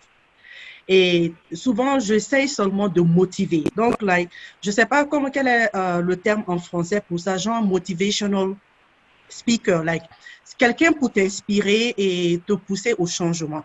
Et moi, c'est comme ça que je vois beaucoup plus mon rôle auprès de ces femmes-là. Et comme Dr Chantal l'a dit, aujourd'hui, nous vivons dans une société, avant même de parler de l'aspect religieux, il y a l'aspect culturel. Dans ma culture à moi, la virginité de la jeune femme est d'une valeur précieuse. Et ça, ce sont des trucs qui étaient dans ma culture bien avant la religion. Donc, il y avait une notion de pudeur, il y avait une notion de dignité, il y avait une notion de self-respect. Dans notre culture, bien avant même que la religion ne vienne confirmer cela. Mais la vérité est que nous devons accepter que nous sommes dans la fin des temps. Nous sommes vers la fin des temps où on est confronté beaucoup aujourd'hui. Il est plus difficile de rester sur le droit chemin aujourd'hui que de parcourir le mauvais chemin. Donc, ces coachs-là, elles donnent à leur audience ce qu'ils attendent. Moi, je reçois beaucoup de jeunes femmes dans leurs confidences qui me disent, voilà, je sors avec telle personne, j'ai envie d'épouser cette personne-là, mais on n'a jamais eu de relation intime. Et franchement, je ne veux pas, j'ai peur de me marier avec lui et d'être dessus de sa performance sexuelle. Donc, qu'est-ce que tu me conseilles? Devrais-je essayer? Elle me pose la question, devrais-je essayer pour voir s'il n'a pas de soucis, s'il n'a pas de problème, et avant de me marier? Et je suis quelqu'un, je n'ai pas de diplôme de théologie, je ne suis pas une experte en religion, j'ai mon propre parcours spirituel.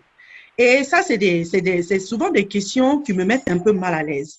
Et très généralement, ce que je leur dis, je leur demande, OK, même si la personne s'avère être une personne qui est confidente, qui est vraiment performante, mais qu'est-ce qui va se passer alors si la personne tombe malade et n'a plus cette habilité-là d'assouvir ton désir sexuel? Qu'est-ce que tu vas faire? Tu vas abandonner la personne? Elle va me dire, non, je ne veux pas l'abandonner parce que je ne l'ai pas mariée pour ça. J'ai dit, donc pourquoi tu veux essayer avant le mariage? Donc, j'essaie de les amener un peu sur ce terrain-là. Donc, aujourd'hui, on fait croire, je vois souvent dans les forums de femmes, où il y a des femmes qui donnent ouvertement le conseil à leurs sœurs, il ne faut pas te marier avant d'essayer. Et si tu pars, et si c'est petit? Et si c'est comme ci? Et si c'est comme ça? Et c'est ça parce qu'aujourd'hui, il est plus facile de donner ce genre de conseils, il est plus facile, la jeunesse accepte plus facilement qu'on leur dise de se masturber, qu'on leur dise de garder de se préserver. Et c'est sur ça que ces soi-disant coachs-là, elles maximisent. Parce que Facebook est devenu leur source de revenus. Comment tu vas amener ces gens à toi? Comment est-ce qu'elles arrivent? Nous, notre vidéo, quand elle sera postée sur Facebook, peut-être qu'on n'aura même pas 1000 vues. Mais ce coach-là va venir s'asseoir raconter de n'importe quoi. Et bien, tu seras surprise de voir le nombre de vues et le nombre de partages que sa vidéo. Je suis désolée, on a un invité surprise. Donc, tu seras étonné de voir le buzz que va créer sa vidéo. Parce qu'en fait, c'est ça, c'est ce discours-là que les gens ont envie d'attendre. Parce que la société est à une dérive morale et les gens veulent s'attribuer, les gens veulent s'identifier aux personnes qui commettent les mêmes péchés. C'est comme si quand moi je commets un péché, j'appelle tout le monde à commettre ce même péché-là, comme ça on est dans le même bateau. En fait, c'est cette réalité-là qui est là. Et moi, je cause avec beaucoup de coachs. J'ai plein d'amis coachs. Et beaucoup m'encouragent. Il y a certains même qui m'ont offert de payer ma formation en tant que coach. Et ce que les gens ne savent pas, c'est que dans ces formations de coach-là, l'aspect spiritualité est abordé. Absolument. C'est ce que je disais. Il n'est pas possible, il n'y a pas de développement personnel sans spiritualité. Ce n'est pas possible. Donc, un vrai coach qui a fait cette formation et qui a reçu cet aspect dans sa formation ne va pas venir s'asseoir sur Facebook et puis raconter du n'importe quoi. Les coachs qui utilisent ce genre de jargon, elles n'ont rien d'autre à apporter en fait à leurs auditeurs. Yeah. Un vrai coach qui a fait sa vraie formation et qui a les outils qu'il faut pour t'amener à effectuer des changements dans ta vie n'a pas besoin d'utiliser un langage pervers. Mm-hmm. Elle n'a pas besoin de t'inviter à adopter des comportements qui vont à l'encontre de notre morale. Elle te donne de vrais outils qui te permettent d'opérer des changements. Mais ces soi-disant coachs sur les réseaux sociaux, qu'est-ce qu'elles ont à apporter? Elles n'ont pas ces outils-là. Donc, elle est obligée de t'attirer avec ce qui va le plus résonner vers toi. Oh, va te prostituer. Oh, il faut essayer d'abord ton homme avant le mariage. Il ne faut pas avoir de scrupules. Parce que c'est ce que la jeunesse veut entendre. La jeunesse se dit, elle est libre de faire ce qu'elle veut, mais en fait, nous sommes en train de nous enfoncer de façon spirituelle et nous sommes en train d'ouvrir des portes et on ne sait pas ce qui nous attend derrière ces portes-là. Et c'est là, tu vois, 10 ans, 15 ans plus tard, des personnes qui vivent des conséquences de ces actions qui n'étaient pas vraiment réfléchies et sensées au moment où elles les posaient. Donc, c'est tous ces aspects-là qu'il faut prendre en considération. Et c'est vraiment dommage. Et c'est ce que je dis tout le temps, c'est vraiment dommage que pour pouvoir attirer l'attention des gens aujourd'hui sur les réseaux sociaux, il faut le buzz. Comme Dr Chantal l'a dit, il faut le bruit. Et le bruit, c'est de la cacophonie. Le bruit, ça ne construit rien. Et tu vas demander à ces femmes-là de se connecter ou de payer un forfait pour suivre un séminaire sur le développement personnel. Elles n'ont jamais l'argent, mais elles ont toujours l'argent pour payer le forfait pour écouter des lives de 2 heures de temps. Souvent, moi, je suis dépassée. Comment les gens peuvent être connectés à ces lives-là plus de 2 heures de temps? Donc, c'est pour dire que les temps ont changé. La fin du monde, elle est arrivée. Et aujourd'hui, ça demande beaucoup d'énergie et beaucoup d'efforts pour rester sur le right path, pour rester sur le droit chemin. Et je suis contactée par de nombreuses femmes qui me disent, tu sais, je veux garder ma virginité, je veux garder ma chasteté pour le mariage, mais je subis la pression de ma mère, je subis la pression de mes amis pour dire que oui, parce que je refuse de m'offrir à ces hommes-là, c'est pourquoi je ne me marie pas. La première fois que j'ai entendu une histoire pareille, j'étais terrassée. J'étais terrassée. Et on est en train aujourd'hui d'opprimer des personnes parce qu'elles tiennent à leurs valeurs et elles veulent être droit, elles ne veulent pas être en porte-à-faux avec leur spiritualité. Donc, franchement, c'est déplorable. Merci beaucoup à nos panélistes. Nous sommes presque à la fin de notre talk show d'aujourd'hui. Au vu de tout ce que nous venons de discuter, je voudrais demander à chacune de nos panélistes, pensez-vous que ces problèmes découlent de l'ignorance des femmes africaines? Au début, nous avons parlé de la sœur qui est venue sur les réseaux sociaux pour exposer un peu son problème conjugal. Je voudrais demander d'abord à Madame Doumbia, ensuite Dr Diakité et finaliser par Dr Chantal. Quelles sont votre conclusion au vu de tout ce que nous avons discuté ce matin? Alors, merci. Je dirais donc, je ne parlerai pas d'ignorance parce que même les personnes qui n'ont pas fait beaucoup d'études, pas d'études du tout, savent l'objet, l'utilisation des réseaux sociaux. Je pense que parfois les gens le font parce qu'ils se disent, bon, j'ai des problèmes, ça va m'apporter des vues, je vais avoir un peu d'argent et en même temps, ça sera beaucoup plus facile de toucher du monde pour expliquer ce qui m'arrive et peut-être qu'à ce moment-là, les gens qui ne voulaient pas m'écouter vont s'asseoir et accepter de m'écouter parce qu'ils sont embarrassés. Les réseaux sociaux sont bien quand c'est bien utilisé. Maintenant, la personne qui s'expose de la sorte sait exactement ce qu'elle fait. Est-ce qu'elle en connaît forcément les conséquences? Je n'en suis pas très sûre, mais elle l'a fait, c'est son libre choix, elle l'a fait en comprenant ce qu'elle faisait. Les gens comprennent ce qu'ils font en général quand ils le font. Ils le comprennent à moitié, quoi. Ils ne comprennent pas les conséquences parce que ils ne sont pas éduqués à comprendre les conséquences. Lorsqu'il y a un fait qui peut paraître très sérieux dans les médias, quel que soit le moyen, le médium, c'est toujours présenté comme un fait divers sans expliquer aux populations la gravité d'une situation, sans expliquer aux populations les conséquences. Donc, les médias ont perdu aussi leur rôle éducatif. La société, nous l'avons déjà dit plusieurs fois dans cette émission, a perdu beaucoup de ses valeurs. Donc, dire que la femme s'est exposée, elle n'aurait pas dû, mais elle ne peut pas savoir qu'elle n'aurait pas dû, parce qu'elle n'est pas formatée à comprendre qu'elle n'aurait pas dû, sinon elle ne l'aurait jamais fait. Et c'est ça le problème. Et maintenant, nous sommes dans une société de buzz parce que avec la technologie, quand on fait du buzz, on peut se faire de l'argent. Vu le niveau de chômage dans la plupart des pays africains, nous nous attendons à quoi en fait? Et ces coachs, bon, elles sont glamour, elles sont bien habillées. En fait, pas toutes, mais 70% d'entre elles, bon, doivent faire des choses autrement pour pouvoir mener le train de vie qu'elles sont. Bon, je ne suis pas là pour juger, mais je dis comme c'est. Et les jeunes gens voient ça. Et nous avons des séries, comme ça a été dit, qui présentent certaines situations comme normales ou comme amusantes, ce qui est très, très choquant. Donc, comment on fait? C'est ça la vraie question. Comment on fait? Parce que, comme on dit en Côte d'Ivoire, tout est Niagami. Comment on fait? Merci.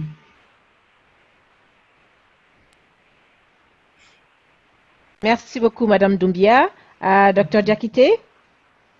Oui, tout à fait. Je rejoins Madame Doumbia quand elle dit que ce n'est pas le fait de l'ignorance. Moi, je pense que c'est simplement le gain de la facilité.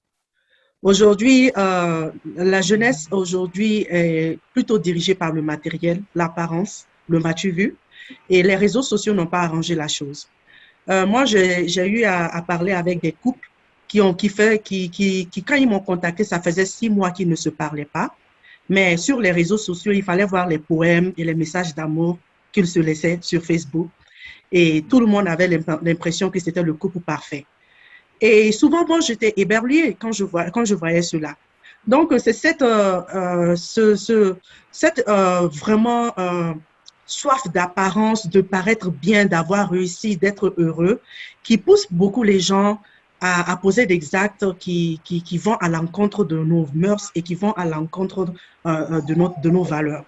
Donc, moi, je pense que en fait, chaque personne est responsable de sa personne et de son entourage. Moi, par exemple, je dis à mes enfants, vous ne montez pas sur les réseaux sociaux tant que vous n'avez pas atteint un certain âge de critique et d'auto-jugement. Parce que je ne veux pas vous exposer déjà à cet environnement toxique-là. Pourquoi c'est toxique? Parce qu'un enfant qui ne connaît pas, qui ne discerne pas le bien du mal, et tu l'exposes à Facebook, cette vie d'apparence sur Facebook-là lui paraît maintenant comme la norme. Et il a envie de se retrouver en cette image-là. Et c'est la même chose aujourd'hui.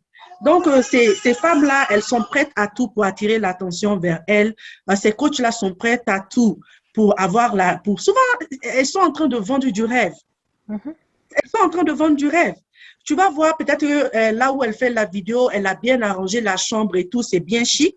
Mais dès que quelqu'un ouvre la porte et tu vois dans le couloir, tu te rends compte que ce décor même dans la chambre n'a rien à voir même avec le reste de son environnement. En fait, c'est du rêve qu'ils sont en train de vivre. Donc moi, je me dis, est-ce qu'en Afrique, nous nous sentons tellement misérables dans notre vie qu'on a l'impression de s'accrocher au rêve. C'est-à-dire, je ne sais pas si ça apporte une certaine consolation aux gens de voir que peut-être telle personne qui vient de mon pays s'en sort. Peut-être que ça me donne aussi l'espoir de devoir m'en sortir. Mais il est très important que nous sachions choisir nos rôles modèles. Et il est important que chacune de nous fasse de la sensibilisation dans son entourage pour faire comprendre que les réseaux sociaux, quand ils sont bien utilisés, font du bien. Moi, je me duque sur les réseaux sociaux. Je suis des personnes que je sais peuvent impacter ma vie de façon vraiment positive. Moi, j'ai plein d'amis, mon compte est plein, mais il y a plein de personnes que j'ai unfollow, c'est-à-dire que je ne suis pas. Parce que j'ai remarqué que les informations que ces personnes partagent ne contribuent en rien à mon propre développement personnel. Au contraire, ça dégage des énergies négatives. Donc, à un certain moment, je fais le choix de ne plus suivre ces personnes pour ne plus voir les messages qu'ils portraient sur Facebook parce que tu le veuilles ou pas, tu es affecté. Peut-être que j'ai un niveau de conscience qui me permet de ne pas être aussi affecté que l'autre qui n'a pas ce niveau de conscience, mais à la fin du jour, tu restes affecté. Donc, ça, c'est quelque chose qui est vraiment très important à prendre en considération. Et il est vraiment important que chacun fasse vraiment son mea culpa et que nous revenions à nos valeurs. On a fait croire à l'Afrique que nos valeurs ne sont pas importantes ou que nos valeurs ne contribuent en rien dans ce monde, alors que c'est de tout contraire. L'Afrique est le berceau de l'humanité et en termes de valeurs et en termes de self-esteem, l'Afrique a beaucoup à apporter. Donc, il faut que nous sortions de ce complexe-là et que nous puissions nous affirmer et nous confirmer, en fait, aux yeux du monde. Voilà, Merci beaucoup, Dr. Diakité. Dr. Chantal? Oui, par rapport à l'ignorance, je dirais oui et non. Pas forcément parce que celles qui s'exposent sur les réseaux sociaux, ceux qui s'exposent sur les réseaux sociaux le font dans un objectif bien précis. Il y en a qui le font, comme le docteur Diakité le disait tout à l'heure, pour se faire voir. Il y en a qui le font parce que, bon, j'ai vu ma voisine poster telle ou telle image. Alors moi aussi, je vais montrer que j'ai la même chose ou j'ai même plus, alors que la voisine ne faisait que tourner un film. Je veux dire, vendre des illusions. Donc, il y a celles qui le font pour se faire remarquer.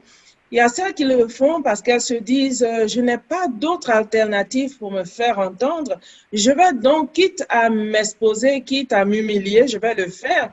Parce qu'effectivement, il y en a qui n'ont pas d'autre alternative, qui ont tout essayé et qui se retrouvent là. Bon, il y a les réseaux sociaux, je vais donc m'exprimer et quitte à m'humilier pourvu qu'on m'entende et que des gens viennent à mon secours. Ça existe aussi. Mais il y en a qui le font ne sachant pas que le fait de s'exposer ne les arrange pas parce que ça présente une mauvaise image d'elle. Par exemple, cette jeune fille dont on parlait de la vidéo tout à l'heure à l'entame de ce show-là, elle a encore tout un avenir devant elle. Mais voici que toute sa vie est exposée. On ne sait pas. Il y a peut-être un homme que Dieu lui a réservé plus tard. On ne sait pas. Mais toute sa vie est exposée. Et ce qui fait que ça peut porter un frein à tout ce qui pouvait lui être réservé comme bénédiction plus tard. Je voudrais dire que c'est effectivement le monde est ce qu'il est. Il y a toutes sortes de dépravations. Ignorance ou pas ignorance, il faut qu'on sache que, on l'a dit encore, les réseaux sociaux, ce n'est pas quelque chose de mauvais en soi. Il faut savoir les utiliser. Tout est nyangami, pour emprunter le terme ivoirien que Madame Doumbia a utilisé tout à l'heure. Effectivement, tout est nyangami. Mais moi, personnellement, je me dis que je ne suis pas défaitiste. Moi, personnellement, je suis très optimiste et je me dis que quand on est leader, on ne donne pas forcément aux gens ce qu'ils voudraient avoir, mais on leur donne ce dont ils ont besoin. Et c'est à cela que je m'attelle. Merci beaucoup à nos panélistes, Madame Doumbia Khadija, Dr. Aïcha Diakité et Dr. Professeur Chantal Emmanuel pour votre disponibilité ce matin à édifier nos précieuses femmes et nos précieux hommes de valeur. J'ai la ferme conviction que le débat est ouvert. Nous sommes au processus, comme je l'ai dit tout à l'heure, de crever l'abcès et de retirer ce pu. Ceci est la première édition et ce ne sera pas la dernière. Nous sommes en train de préparer la deuxième édition qui vous viendra d'ici quelques semaines sur les violences conjugales que nous sommes en train de voir partout dans le monde. Et spécialement, nous allons nous consacrer pour les cas des Africaines aux États-Unis et en Europe. Quelles sont les ressources qu'elles ont à leur disposition, comment est-ce qu'elles peuvent faire lorsqu'elles sont dans une relation de violence conjugale et même avant cela, quels sont les signes qu'une femme ou même un homme en fait doit prêter attention avant même de se retrouver dans de telles situations. Donc pour aujourd'hui, je tiens sincèrement à dire merci à nos précieuses panélistes, Madame Doumbia, Dr. Aïcha Diakité et Dr. Professeur Chantal. Merci encore une fois de plus de votre disponibilité et de ce que vous avez partagé avec le public ce matin. Encore une fois de plus, passez un très bon après-midi. Merci.